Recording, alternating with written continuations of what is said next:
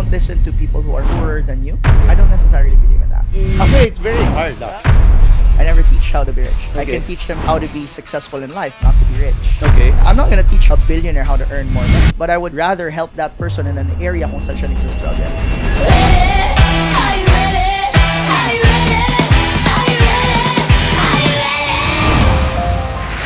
Hi guys, welcome to BAJ Speaks Podcast. On our first episode, finally, talagang eto na. And guess what?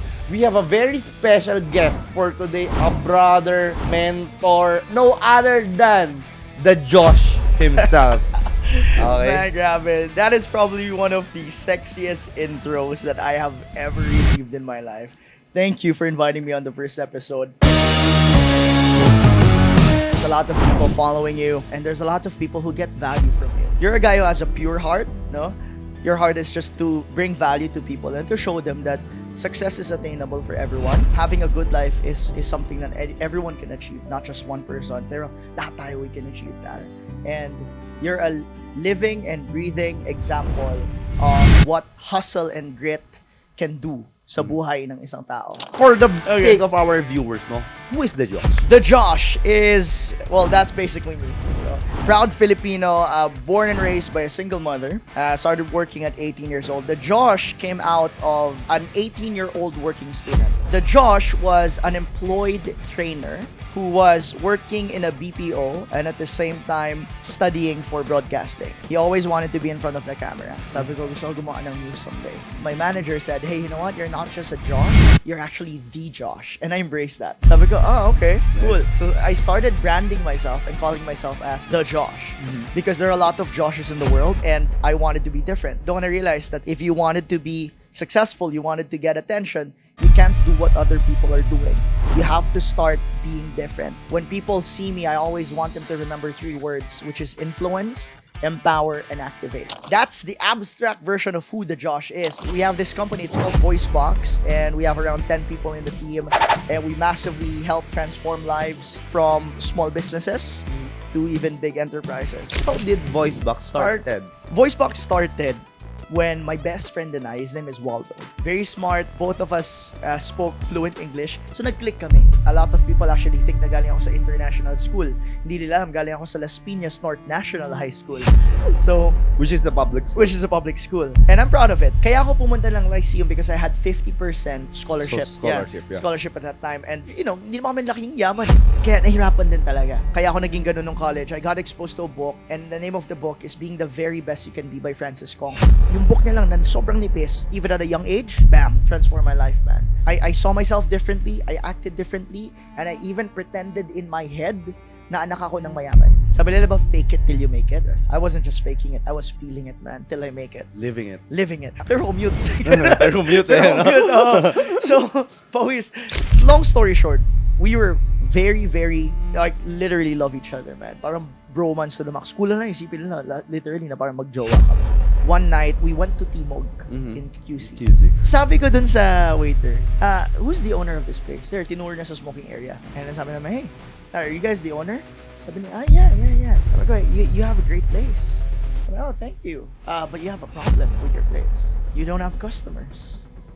It's parang proud pa ako. Yeah, that's actually our problem right now. We're actually having a meeting about it. Sabi niya, well, it's your lucky day. Hi, my name is Josh. Kinamayan ko.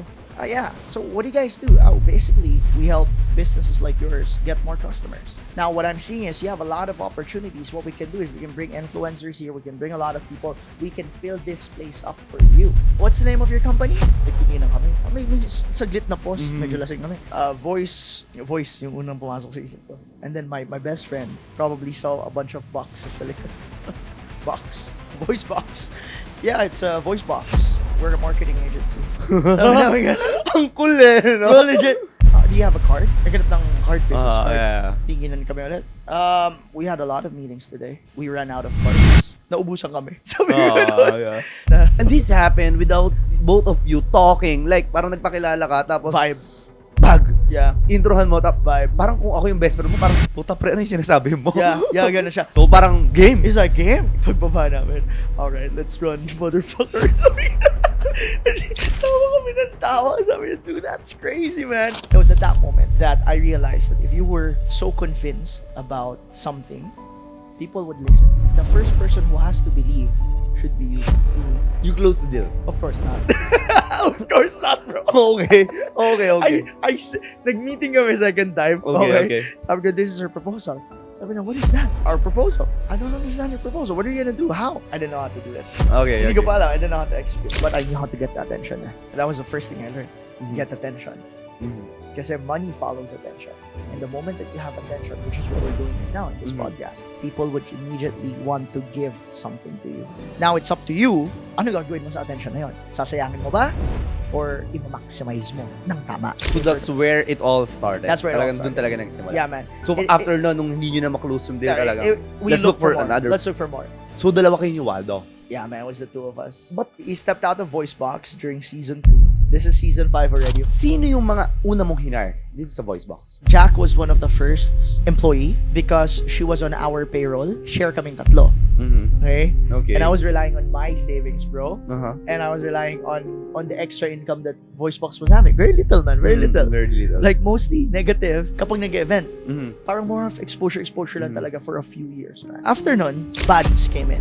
So Jack, Bads, and another girl named Carly. She's out already. Why does voice box has different seasons? Sa isang company structure, parang wala naman ako naririnig na season. So Yeah. what are these seasons for Oh you? man, that's crazy. It's just a self-made concept that I created. Kasi ako naniniwala ako, it's not season na parang winter, summer. It's season nga sa movie. I always believe that people would come and go. I also believe that there are different chapters in a person's life. Those people that you've met, they just don't call it that. Maybe they just call it a part of their story. But ako, I wanted to brand it as season kasi gusto kong may mark. Gusto kong matandaan na at this phase, ito yung na-experience ko. Ginawa ko lang siya na parang season so that I could remember saan pumasok yung mga tao to. For example, sa isang Netflix series, may season na papasok yung tao. May season na lalabas. Yes. May season magulat ka, magpapakita ulit. And it happens. How do you feel like when those people na nakasama mo for so long, for like multiple seasons in your Yeah. life, biglang mawawala on some certain part? These are the people na nandiyan pa rin eh. Yeah. You know, they still exist, but you need to part ways. Right. Paano mo siya kinukonsider na out ka na sa season na to? There are different boundaries that people have. The short answer is this. It's never a good feeling because relationships, meaning you have ties eh. Kapag napunit yan, it would normally hurt. But it heals. And I believe your muscle when you work out, when you start to grow, yung muscles mo napupunit din yan. But the reason why they split is so that another layer could start growing. That's correct. So that's how I see it. The pain would always be temporary. You value the relationship for that season. You never cut ties. Some people, you do cut ties if boundaries were broken. But for the most part, you maintain those ties so that you just acknowledge na, hey, whatever has happened was supposed to happen. And I am here because it is part of growth. You are there because that is part of your growth. It's always free will. And it's always an opportunity to grow. So that's how I see it. I know there's a person in your mind right now. Yeah, okay. Na kung sino yung pinaka sana hindi ka nawala. Sino yung tao na pinaka nasaktan ka na nawala na siya sa season mo ngayon? Na sana bumalik siya or sayang sana inabot mo to. Kung sana nag-intay ka na lang ng konti pa. Alright. Di ba? Well, for me, I'll go back to the start, man. My best friend. I wish he was here. We still chat from time to time. Kabaliwan namin. And I just tell him about VoiceBox. And sabi ko, dude, come on, man. Your name is here forever. Sabi niya nga sa akin, dude, I'll see you at the top. I know you're gonna get there first, but I'll see you at the top. Yun ang sabi niya sa akin. Umalis siya. There are people kasi, no? We're very close. Yeah. But yeah. if we don't have an alignment, yeah. diba? Kung di mo kayang sabayan yung gigil ko, bro, naging ganun. Iwan kita. Naging ganun. But I didn't say iwan kita. He felt it and he was just like, yeah, man, I think I'm gonna go faster if we separate ways. I think you're gonna go faster. And bro, after he left, literally, I just wish he was there kasi after he left, went up. Mas masakit yun sa jowa. Mas Definitely. masakit sa It's jowa. like a brother. Yun eh. Oo. It hurt, but at the same time, I knew it was the right thing to do na. But during that time, alam mo kung saan ka papunta eh. And you have a brother na kasama. Ano ba pipiliin mo? Yung pumunta dun sa destination na mag-isa? Or kahit matagalan ako, basta kasama kita? Yeah, but the thing is, he didn't want to go to my destination. He had a different destination in mind.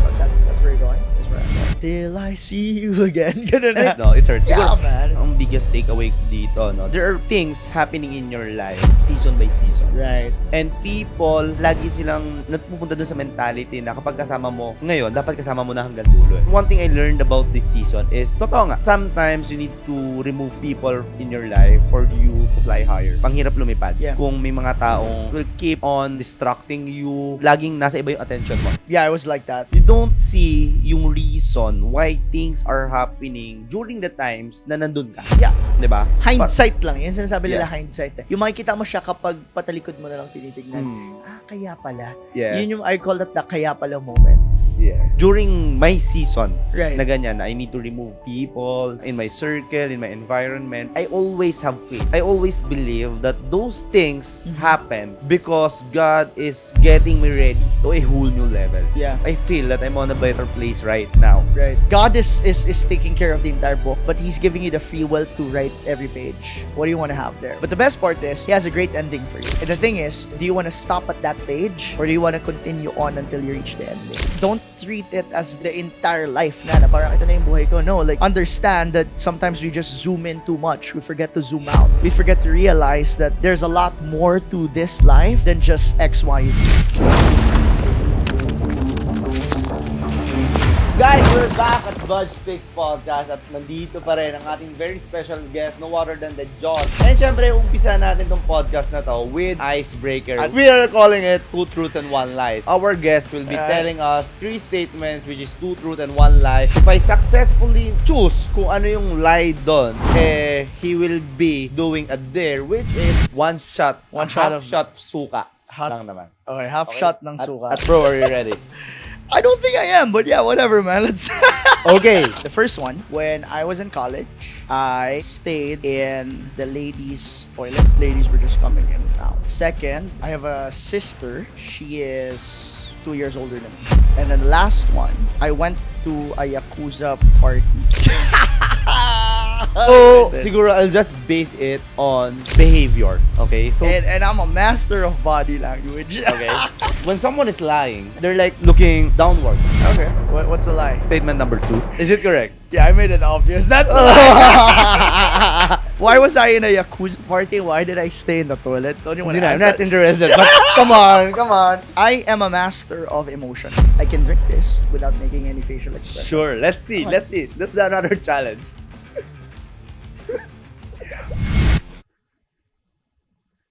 It's half shot last of teaspoon of suka talaga. Okay.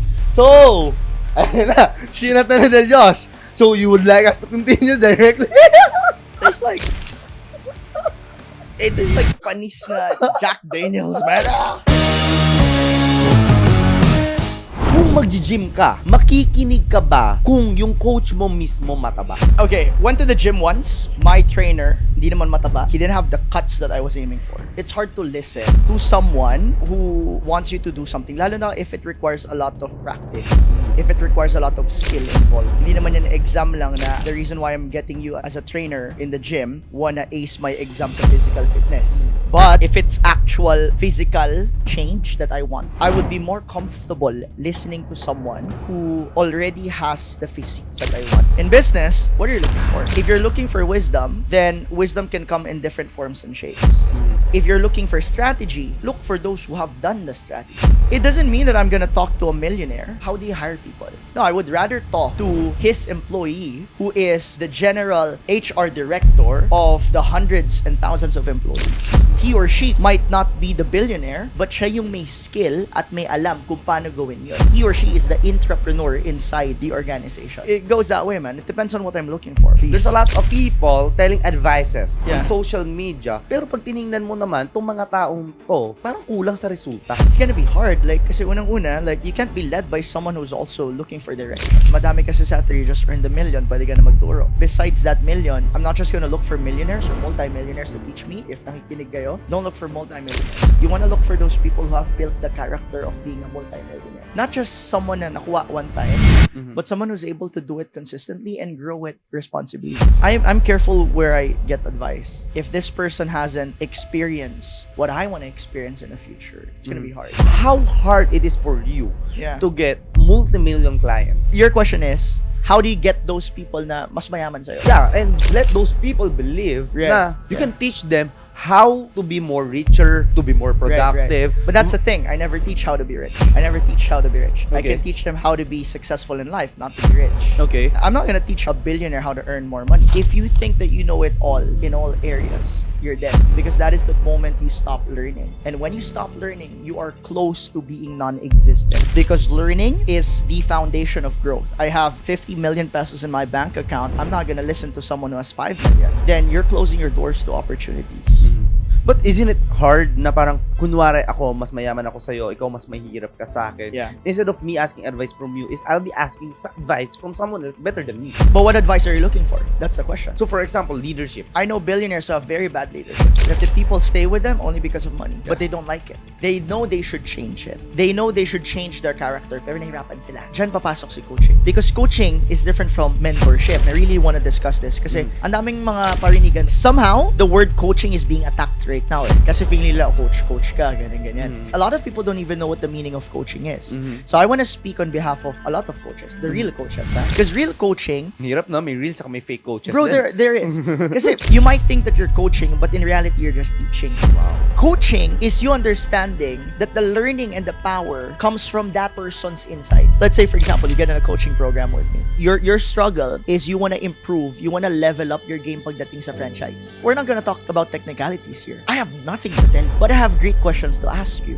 For example, I would ask you, hey, okay, if nothing was an issue and if everything else were to go your way, what would your life be like 5 years from now? So for example, you need to describe that. And then I'd ask you, let's pretend that we're already there. What did you do? 3 things. Can you tell me? And then that person would start to figure it out. It's more on questioning. It's more in question. Coaching is questioning. It takes practice. It's learning. And it takes years and years of experience. Kasi kailangan mo ng skill, not the skill of speaking and coaching, but it's the skill of listening. Because coaches understand that the real answers are already there. I'll train you with things that I know because I know I can transfer that knowledge and I can practice that skill. Convincing people, communication, tonality. I can train you there. Teaching yun. Teach. No, that's training. Training talaga yan. Teaching is just letting them learn Yeah. by themselves. Okay. Training is ensuring that they learned it. Coaching is guiding them through strategic questions so that their answers would reveal by themselves. Nice. Yun yung coaching. Then training. Then training is you facilitating the learning and the experience. There's a skill that you want to learn. I'll tell you, I'll show you how it's done, and then I'll let you do it. It's very important for them to know Exactly. kung ano yung gusto nila. If they want to be coached or they want to be trained. Exactly, man. Oh, thank you, Lord. Finally.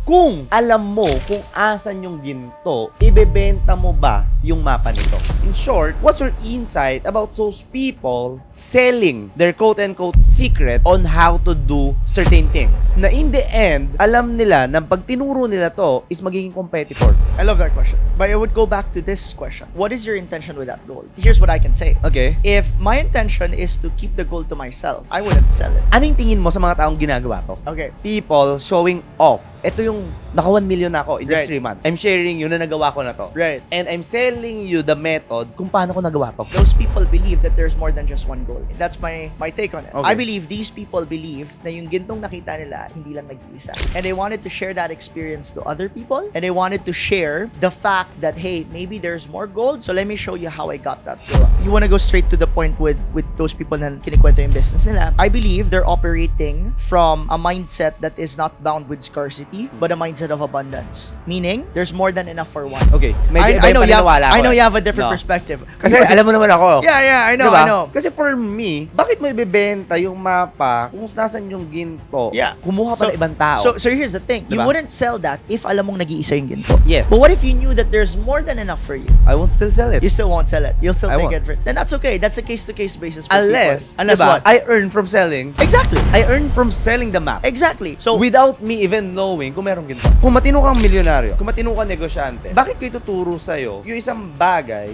right. na ginagawa ko? I learned this from a very successful person. I asked him, why do you share these things? Sabi niya, I share what I know is possible and digestible for people. But not everything is. Hindi lahat kayang i-digest ng mga tao. Meaning, people would still have trade secrets. And trade secrets will remain as trade secrets. When it comes to, let's say, for example, hey, let me share to you how I got in the franchising business. The trade secrets yung binebenta. Okay. I have a circle. When I look at them, they're very silent about what they're doing and how they do it. Right. It's gonna be okay to share those secrets kung makapal yung barrier to entry. Okay. So, meaning, kahit i-share ko sa'yo to, masaya ka na dyan, pero madami ka pang dadaanan. It's like, I'm already in 10. It doesn't matter if I share you how to get to 5. Kailangan mo pang pagdaanan si 6, 7, 8, 9, 10. Okay. May mga tao din naman na I'm not gonna share until may next na akong gagawin. There are people na selling how to do e-com courses. Yeah. Diba? Let's get straight to the point. Okay. Now, this is a real talk podcast. No holds barred. Bahala kayong i-bash or what. But there are people selling how to do e-commerce. Tapos magagalit sila pag ginagaya sila. On the back of those people, makita mo na naiinis sila dun sa mga tao ginagaya yung product nila. In short, ikaw rin naman nagturo nun. Most of these people are also pinagkakitaan na lang yung pagtuturo. Na hindi na nila pinapractice naman talaga. Hindi na sila nag-e-com. It's not more on an ego side, but more about protecting the industry. Because you don't want a bad egg combined with all the good ones. But I think it's gonna be hard to protect that kasi even if you try to filter it, there will always be people who will ruin the batch. Kasi it's like, I'll do coaching. You Yeah. know I'm a bad coach. You're the Yeah. good coach. Yeah. You don't want somebody will be enrolling on my coaching Yeah. sessions and that somebody will never enroll again because you know. Na-trauma siya Diba? sa experience. Na-trauma na niya. siya dun sa experience and you know in yourself, wala kang ginawa dun. This is what I tell my salespeople. This is why you need to close people so that they can experience you. If you don't close people and if you don't bring your product in front of them, bring your service in front of them, you are doing a disservice to them. You're not serving them. You're wasting their time. You're helping them to have a bad experience instead of having a good experience. That's the mindset ever since. Pag hindi mo sinipagan, maunahan ka at baka pangit yung experience yan, wala kang ginawa, kasalanan mo yan. Ano naman masasabi mo dun sa mga tao na nagtuturo paano magnegosyo pero wala namang tunay at malaking negosyo? It goes back to passion. I think not everyone has the passion to teach. Not everyone has the passion to share. And may mga tao talaga ganun. There are really people with a pure heart to just share what they know, even if they're just in the process of it. For example, you have people sharing their stories of workout stories. What is that doing? It's them sharing it to the world. Even though they haven't achieved it, it's just them telling them, hey, sabayan mo ko. Wala pa ako sa pupuntahan ko, pero alam ko kung saan papunta, sabay na tayo. What I really like about Arvin is, totoo, nanonood din ako ng vlog. Yeah. You watch him. I haven't met the guy. I never met the guy. Oh, I see, Hi, man. shout out to you, Yeah. Arvin. No, puta, wala naman talaga negosyo tong taong to eh. Yeah. I can't even consider him having business talaga Yeah. na malaki. But we don't know that. Yeah. Kasi I can't see it eh. Yeah, we don't know the guy. Yeah. But what I like Yeah. dun sa ginagawa niya is what he's teaching is yung normal technicalities naman talaga. Correct. Na kapag pinanood mo, tama naman talaga sinasabi niya. Yeah. So you can just disagree with someone just because you think na hindi pa siya successful enough. Pero kung yung sinasabi niya naman is technical and tama naman, how can you disagree with that? Exactly. Di ba? Para pag Exactly. sinabi ng tao na 1 + 1 = 2, Hindi. pero itong taong to wala pang milyon, Kasi hindi ka mathematician eh. di ba? Or Yeah, that's stupid. hindi ka pwedeng hindi maniwala doon kasi 1 + 1 = 2 naman Because talaga. it's logical. What I like about his content is like the normal things reminding you as an entrepreneur Yeah. na ito yung mga normal na technical. Cash flow, Diba? basics talaga. Basics. It's like the Na- basics na you're getting reminded. Na nasiskip ng kadalasan ng Diba? mga tao. And somehow siguro yun yung namimiss natin, no? Na there are people na parang feeling mo, hindi porket alam mo, alam na rin ng iba. Tama. Minsan nakakairita yung mga content nila kasi bakit nila tinuturo to? Basics naman yun. Which is, ang hindi natin nakukonsider, baka hindi naman ikaw yung target market. 100%. If you're an impact-based entrepreneur, if you're an impact-based business owner, and your goal is not just profit, but your goal is purpose, you would always look for ways on how to serve as many people as you can. Even Napoleon Hill says that. Jim Rohn says that. The fastest way to get rich is by helping as many people as you can. That's what I believe, man. Which is totoo yun, diba? The Yung more na kaliwa, may matulungan bigyan mo ka. ng bahay, Yeah. tulungan mo magkabahay. Yung kanan, tulungan mo magkaroon ng kotse. Yeah. Then one day, those people will help you to give you a house and lot and a car. The number of people that you help will be also the number of people that will be helping you achieve your success. 100%. That's the basic formula. So let's say that you are already on your deathbed. You're lying down and you're about to die in the next 5 minutes. And everything is just flashing in front of you. What would you say was the actual purpose of your life and how were you able to live it? May real purpose in life is to help other people also. Help them how to earn money. Kung makikita mo yung mga business model na nasimulan ko, is karamihan talaga doon. From franchising, crowdfunding, going to this real estate. Lahat is more about me helping those people how to create money. Bakit ganun yung naging tingin ko? Siguro kasi lumaki rin ako na hindi mayaman. I always look for people na tulungan ako paano kumita ng pera, paano gumawa ng pera. Literal. I'm lucky. I've met some people that helped me how to create money. If I'll be leaving a legacy to my son, to my kid, is for them to help as much people as they can. Creating money. So talagang very specific. I believe that most problems can easily be solved if you have money. If you'll be having more money, you'll be having more positivity, be having more happiness, and if you're happy, it's like living a successful life. Diba? Regardless of the amount. Diba? If you're contented and the amount of money that you currently have is solving 99% of your problems, then you're living a happy life. Nailed that. Woo! If I'll be throwing back the question. And for me, it goes back to serving. It's really living a life of service that fulfills my calling on earth. Living a life that allows me to influence, empower, and activate as many people as I can. Not just for myself, but I truly believe that I do it for the glory of God. Pointing it back to my Creator, I still want to leave a legacy, not just so that they can remember my name, but so that they can remember the one who allowed me to be in this place, the one who allowed me to have this much influence. And for me, I believe that's God. Pointing it back to my Creator, pointing it back to my Lord and my Savior, that all success is temporary except that when I hear, "Well done, my good and faithful servant." It's understanding that if I die today, my eternity is secured, not just for temporary. What do you advise those people starting out in life na they want to try business? Paano ba magnegosyo or paano ba ako magsisimula magnegosyo? I think the very first thing that you have to ask yourself is, do you truly believe that business is for you?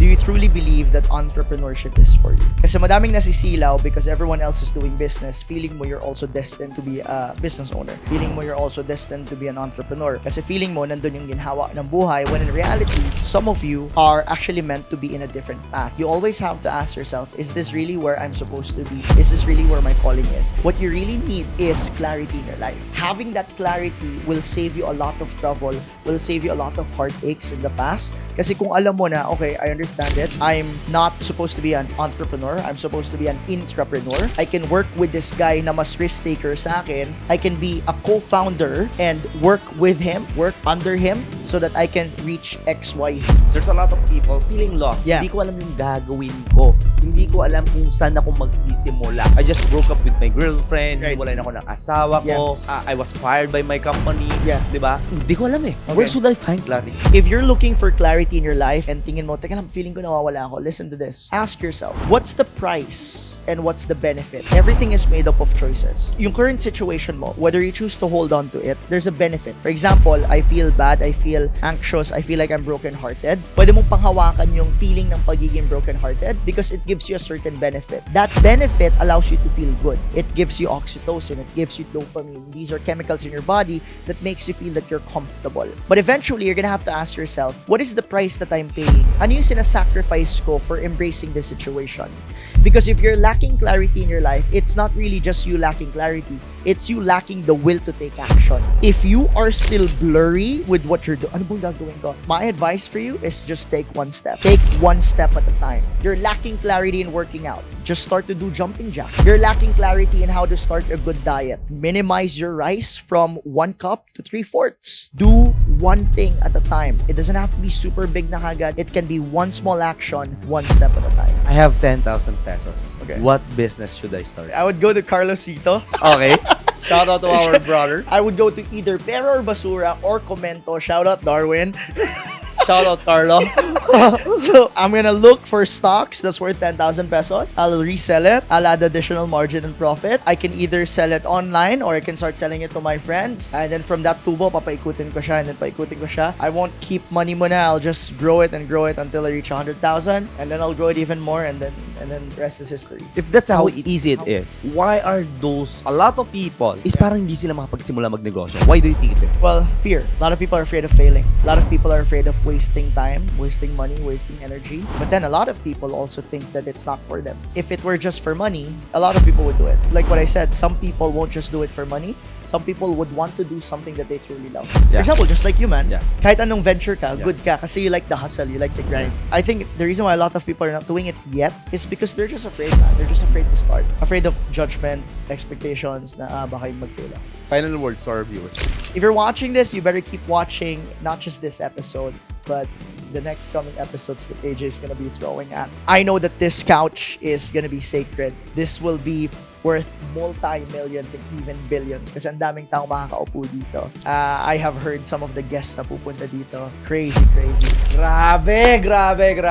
As in, sobrang jam-pack. As in, sobrang daming learning, sobrang value-pack nitong podcast na to. At hindi talaga ako nagkamali to pick Josh as our first guest for our pilot episode dito sa BAJ Speaks. So, kita nyo naman guys kung gaano kalupit yung ating session, ating podcast for today. And I know, talagang nabitin kayo. Ako nabitin pa. Sobrang dami pa namin gustong pag-usapan. But, syempre, our time is very limited. So, guys, if you're tuning in, sana pasubaybayan nyo pa rin yung mga susunod nating episode at grabe, sobrang lupet ng aming mga susunod pang mga guests. Thank you for watching. See you on our next episode.